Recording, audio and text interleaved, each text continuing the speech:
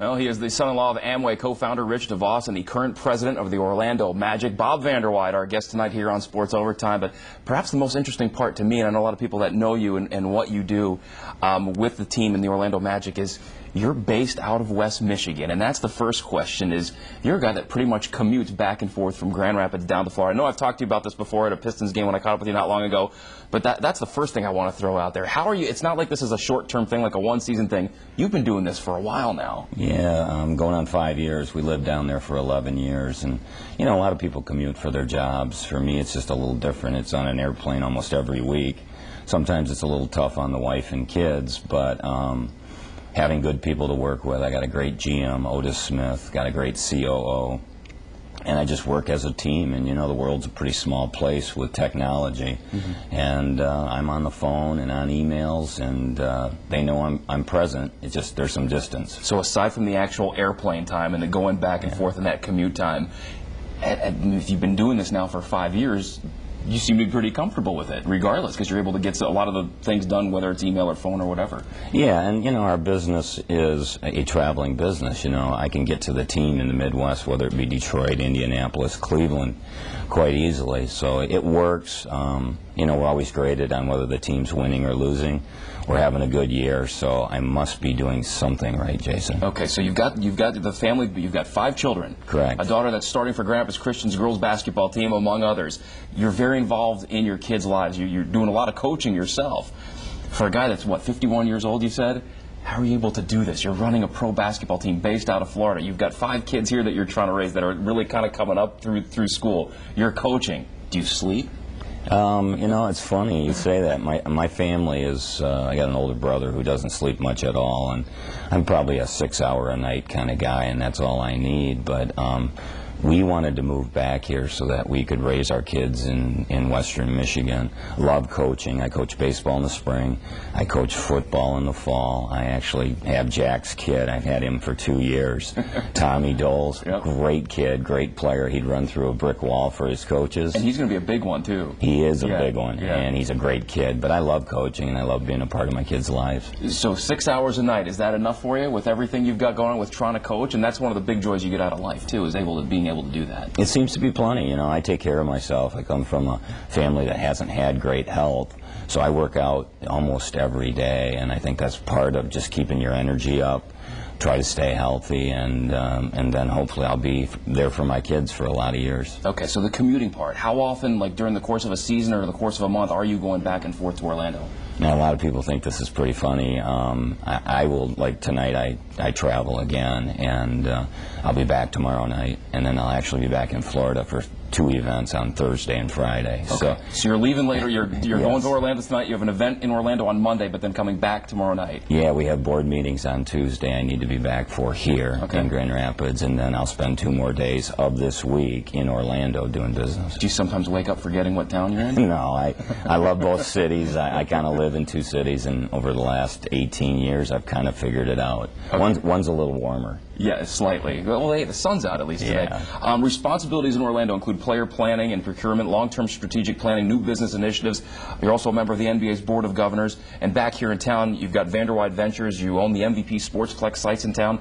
So you've got your hand in a lot of things. How are you able, from a business standpoint, I mean, I know we've talked about the personal side of it, from the business standpoint of doing all the events you have to do in Orlando and all the events you have to do in regards to the team, but also with all your business ventures here. I'm assuming you've got some good people that you trust in place to take care of all the loose ends of other things going on. Yeah, and I think that's a big key. You know, do you have people who work for you, or do you work with people? And I'm a team guy, and so I look for great people. They're not going to embarrass me. They're going to make me better. So whether it's the MVP and Carl Droppers and his leadership, or whether it's, like I said, Otis Smith, Alex Martins, and some of the people in Orlando, if you find great people and set good parameters and become available to them, you can get a lot done. Obviously, I live in about 3 or 4 different business worlds, but I couldn't do it without the right people working with me. Okay, tell you what, we're going to take a time out. We're going to come back here on Sports Overtime, and we're going to switch gears to more of the basketball side of things. The Orlando Magic, one of the top teams in the NBA. How are they doing this season? How's helping get this team put together, but also kind of how the economy is affecting things with the NBA right now. A lot more to talk about with Orlando Magic President Bob Vander Weide. All right, back here on Sports Overtime with Orlando Magic team president Bob Vander Weide. So we're just sitting here talking. You're unlike a lot of other presidents or owners in the NBA. You have fun. You get involved. You might be doing the commute, and you might be tired. A lot of fun with the fans, though. One Halloween, and I'm reading this all online, dressed up as Count Dracula, taped a Michael Jackson-like Thriller video on the Jumbotron. Of course, much to the delight of the sellout crowd at Amway Arena in Orlando. Had your 50th birthday bash, which benefited the Boys and Girls Clubs of Central Florida, raised over $100,000. And you had a half-court shot as part of this. Yeah, we raised over $100,000 for Boys and Girls Clubs, but I guess to your point, I get asked to do a lot of fun stuff, whether it's Thriller, Michael Jackson, or let's have a birthday bash, and you go try to shoot a ball in front of 17,000. And I say yes. You're game for this stuff. Oh, yeah, I say yes. I was with my 13-year-old boy practicing the little trampoline dunking. Okay. We've got a dance team that goes all over the world, and I think maybe someday you'll see me on one of those doing something pretty cool. I told them I'm not going to do it if it's just a basic dunk. I got to learn how to flip or do something fun. Cool. Yeah. Okay. So the PR department or whoever comes up with these ideas, they approach you and you sit back like, okay. Well, it's funny you say that because the other day I was talking to Otis Smith and I said, well, how come you're not doing more of this kind of stuff? And he said, well, why should I? Whenever they come to you, you say yes, so they never have to come to me. So good answer. He was honest. All right, your team this season, 43-16, fourth best record in the NBA, 9.5 game lead right now over Atlanta in the Southeast Division. Gearing up for the playoffs here. How pleased are you with the team? I mean, for an expansion team in the early 90s, had that initial success with Penny Hardaway and Shaq, made it to the NBA Finals, then kind of hit a lull there. Now you're back again with Dwight Howard, and things are going great right now. Yeah, we've got a very nice young club, obviously around Dwight and Rashard and Jameer as all-stars, but you can't forget guys like Turkoglu and even our rookie Courtney Lee's playing good basketball. I think we had a little setback a couple weeks ago when Jameer had to have shoulder surgery. He not only was our floor general, but in the locker room, he was a pretty important voice for Stan to the guys. But you know, we're leading our division. I think we're one of the better ball clubs out there. I think we need to get a little tougher yet. You can see some of our youth still. I mean, Detroit beat up us, the other night, and they just seem to have our number the last 8 out of 10. Yeah. But I think we're going to be there for the next 3 to 5 years, and I couldn't be happier with the core.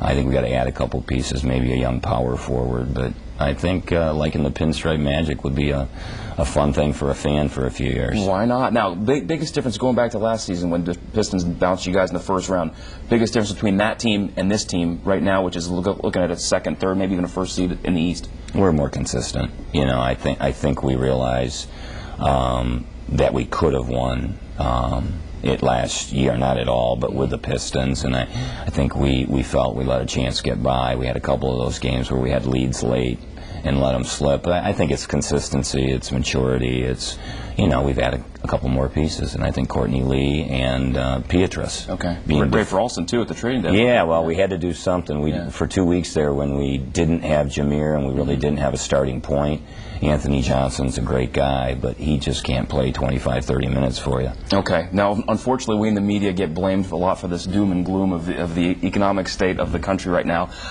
It's good and bad. You guys have a new arena set to open in, next year, 2010 in Orlando? It'll be September of 10, yeah. September of 2010. But, then you hear stuff like the NBA eliminating 9% of its jobs, about 80 people from its league offices in October. Reports right now saying 20 of the 30 teams may be taking a loss this season. Next year might be worse. Report coming out the last couple of days that 12 teams, including Orlando, set to borrow some money from a credit line of up to $200 million, obviously like $10 to $20 million per team. Where do you guys stand with all this, and how are the finances of not only the league but of your organization? Well, I mean, obviously we're excited to get into a new building because it's the impetus for more revenue. We couldn't compete with Indiana, San Antonio in an old building that didn't have suites and loges and clubs. We left about $15 to $20 million on the table. We're excited about that, but we're also not naive. We just rewrote all of our business pro forma because we think we're going to be $8 to $10 million down in revenue getting to the new building because, it is what it is out there. It's tough for a lot of people, and sports is certainly a part of it. And so we're going to see fewer season ticket holders next year. Some of our sponsors aren't going to do what they once did.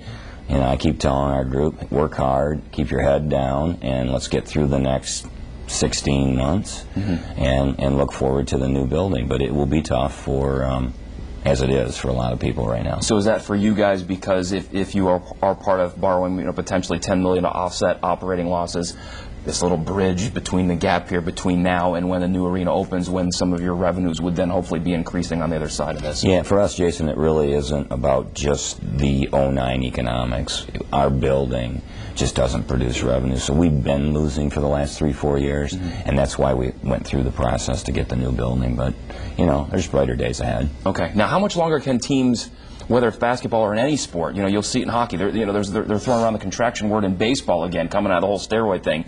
Just the other day, the Washington Redskins gave Albert Haynesworth a $100 million contract. Can those days like that continue, or are you going to have a few rogue teams like the Yankees or the Red Sox or whoever that are going to want to throw out big money, especially because baseball doesn't have the salary cap? But are we seeing the time now where that's going to really be starting to be reined in by everyone? Well, I think you're going to see both the NBA and NHL, you know, through the next few years go to a new bargaining and try to come up with a new arrangement that is more cost effective as it is to players' salaries, so that people can at least break even. And, you know, not the big cities, the New Yorks, the LAs, they'll do fine. And that's our industry. That's more hockey, basketball. Baseball, I really don't understand. At one time we looked to get in it, but I wouldn't want to be a part of an organization where somebody can spend $250 and somebody else really can only spend about $50, and you go into your boardroom and say, well, won't it be nice to end up being the 26th best team? I want to know I can every fall go into the boardroom and say, hey, we got a chance to win this. Or you'd be the Florida Marlins, who have like a $20 million payroll, and their stadium plans keep falling through. Also, another looming issue, not only with the economy, but unless the players agree to some major concessions with the whole bargaining agreement, another lockout could be looming here in 2011. Any thought on how this might play out, or Jason, I have a lot of thoughts for you, but Stern will, you know, slap my hand and throw some kind of fine at me if I get too far down that path. But obviously, you know, we got a couple years here, and we're going to have to go back to the players and say, hey, how's this thing looking and working for both sides? Bob Vander Weide, Orlando Magic president. Thanks, Jason. Good luck the rest of this season, especially heading to the playoffs and into that new arena next year. It should be fun. It all should be good. All right, thanks, and enjoy the flight too. Thank you. Yeah.